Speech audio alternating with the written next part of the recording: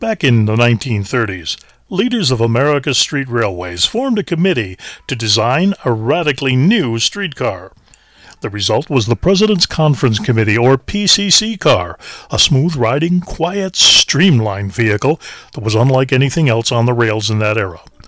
Baltimore quickly saw the advantages and in 1936 took delivery of 27 of the streamliners from the St. Louis Car Company, only the second order of PCCs ever delivered.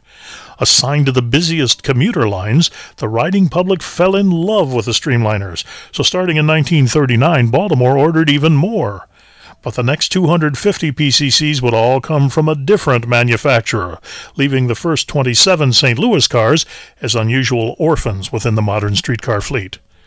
Like many cities after World War II, Baltimore began converting some car lines to buses, and as the oldest PCCs in the fleet, the original St. Louis cars were the first to be retired. Baltimore's first streamliner was originally set to be preserved, but following an accident, miscommunications within the transit company accidentally allowed it to be scrapped along with the rest. Thus, all examples of Baltimore's earliest PCCs were thought lost to history. Or were they? Almost simultaneous to the Baltimore order, the St. Louis Car Company built 28 very similar cars for service in San Diego, where they operated faithfully for only a few years. When they were offered for sale in 1949, 20 of them were snapped up by El Paso, which installed them on an international route across the border to Ciudad Juarez, Mexico. Sadly, a border dispute brought international streetcar service to an unexpected end in 1974, and most of the cars were again offered for sale. This time, one of them, El Paso Car 1503, 503 in San Diego, was purchased by a real estate developer for use as a unique stationary office.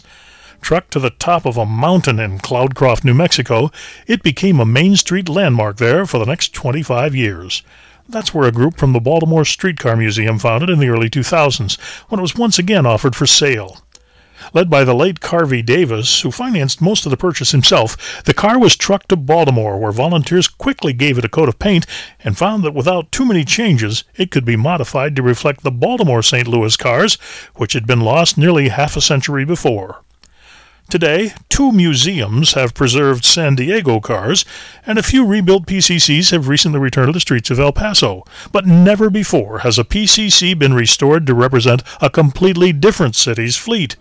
Now this important recreated part of Baltimore's missing streetcar history is in sight. Since its arrival, protected restoration space at the museum has been at a premium, but after being moved indoors, rebuilding of the car has begun in earnest. Volunteers have replaced the car's deteriorated wooden roof. A new ceiling has been installed, and unique Baltimore-only ice cube tray lighting fixtures have been fabricated and hung throughout the interior. Significant work continues, but volunteers can only accomplish so much. On projects like this, sometimes truly professional help is required.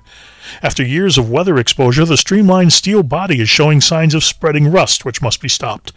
A professional welder will need to repair a heavily damaged center beam in the car's frame, and miles of brittle, deteriorated wiring will need to be recreated and replaced, and all these professional services cost money. So we're asking for your help. Your generous contribution can add this significant step in Baltimore's streetcar evolution to the museum's operating collection. Please visit our GoFundMe page and make your donation today. With your help, we can fully restore Car 7303 for everyone to ride and enjoy.